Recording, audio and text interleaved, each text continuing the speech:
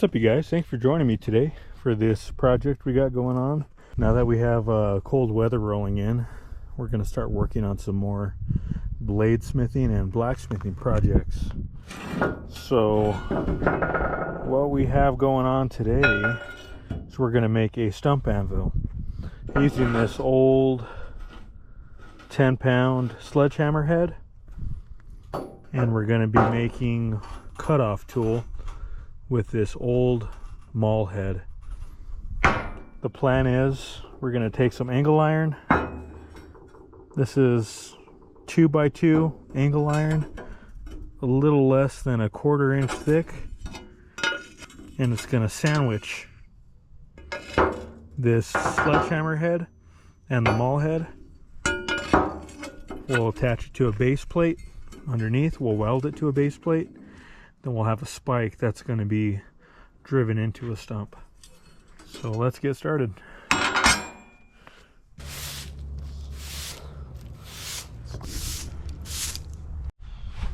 going to be using 2 angle grinders for this project. We're going to be cutting off 2, actually probably a total of 4 3-inch sections of angle iron to sandwich the splitting maul and the sledgehammer head in between. Now ideally, of course, nothing's going to beat having an actual anvil for doing this blacksmithing and bladesmithing, but this will work just fine, and this is way more portable than trying to lug around a 100-pound anvil. So heck, you could even drive this into the ground if you had hard enough ground and use your tools like that. Take this sanding disc off, and we will put a wire wheel on this second grinder. Let's get this angle iron, put in the vise,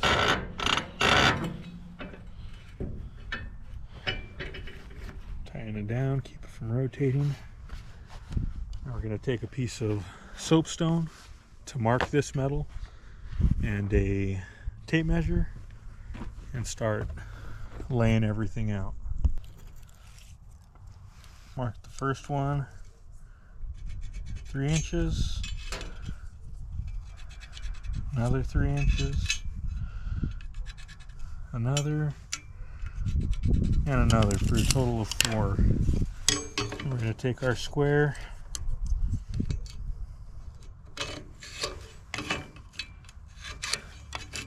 mark out our straight lines, and we'll start cutting that out with the 4.5-inch cutoff wheel.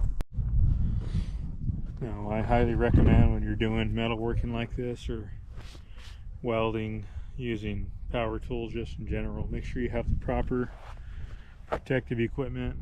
In this situation, I'm going to be using some leather gloves, safety glasses, earplugs, and a face mask.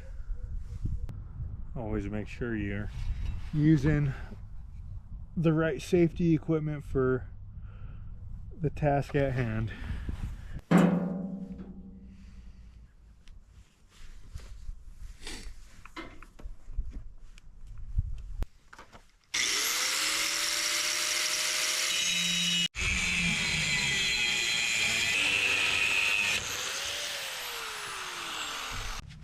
Now that I have these 4 pieces of angle iron cut out, this will be a better representation of what I'm talking about.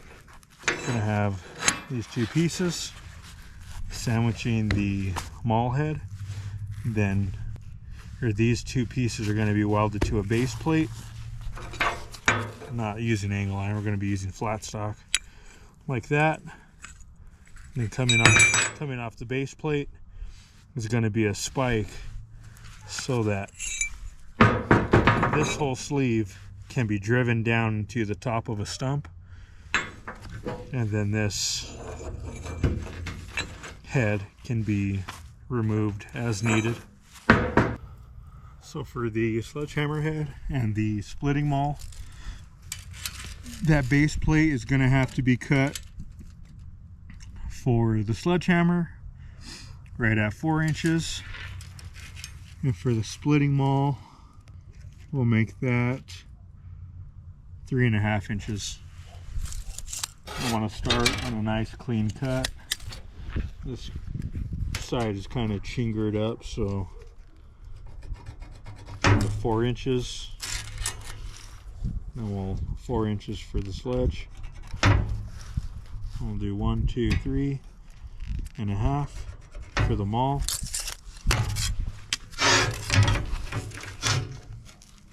Line these out. This is going to be scrap. Let's get this mounted up in the vise.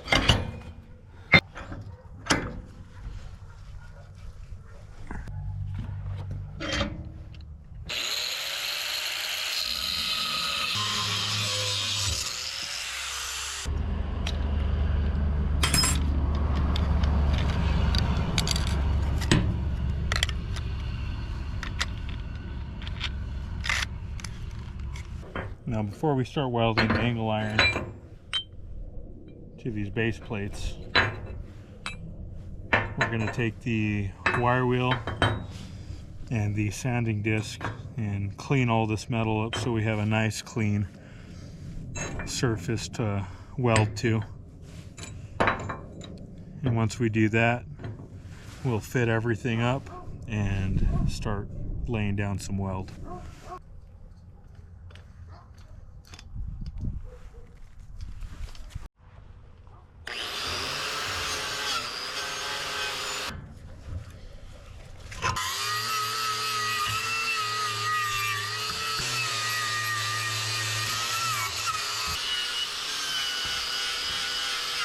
Everywhere where we're gonna be laying down some weld, we have the metal cleaned up to bare metal. Now we're gonna hook up the stick welder and start putting all this together. We're gonna be using 1/8 inch 6010 to weld this metal together. We have the welder set at right around 87 amps. Now we're gonna clamp up our sleeves and start welding it all together. First, it's gonna be the sledge. Center it as well as we can. And then I'm gonna take this clamp,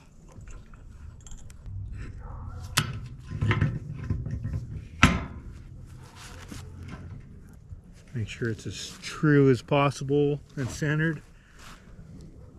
Now we're going to hook up our ground. Turn the helmet to 12 for the shade. Take it off of grinding mode.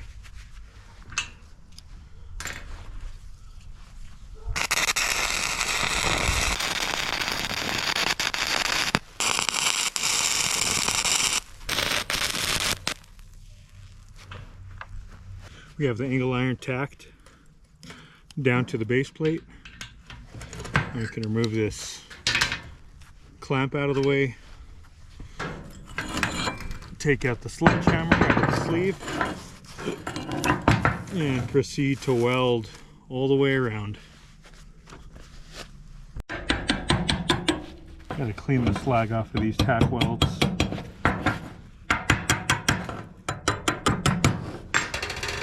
And wire brush it really well.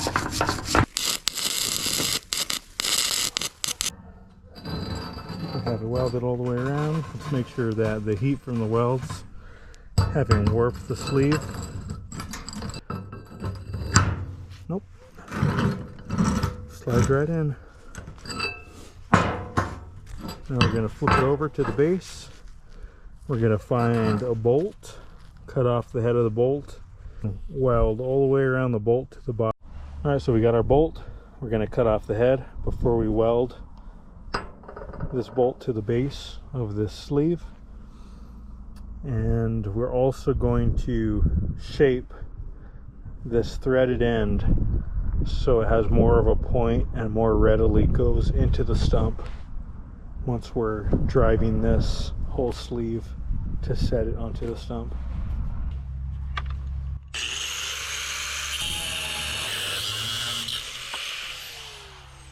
Now that we have that bolt tapered towards the end, that's going to be going point first into the stump. We're going to put the grinding wheel on the 4.5-inch angle grinder and clean that up so it's more of a smooth transition instead of such sharp edges. Then we will weld that onto the base plate.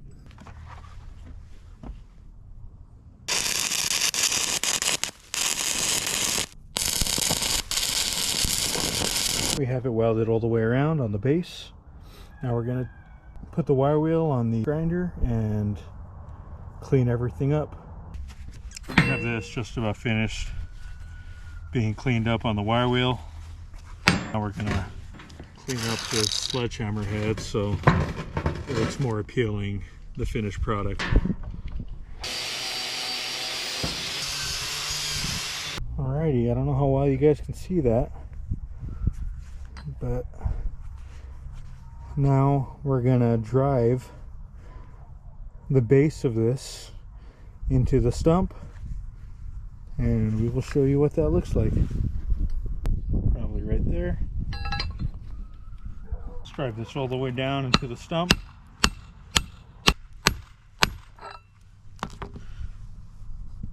Alright. Perfect.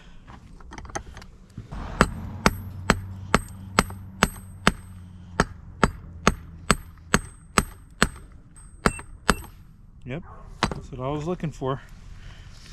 And now we will repeat this exact process for the splitting maul. You can make do with what you have. You don't have to have an anvil. You can just use a sledgehammer head, or heck, you can just use a thick piece of flat metal if that's all you have. But now that we have this made, we can start working on some other projects involving a torch and a forge. So thank you guys. Please hit that subscribe button and like the video. It helps out a ton. And I will see you guys on the next one.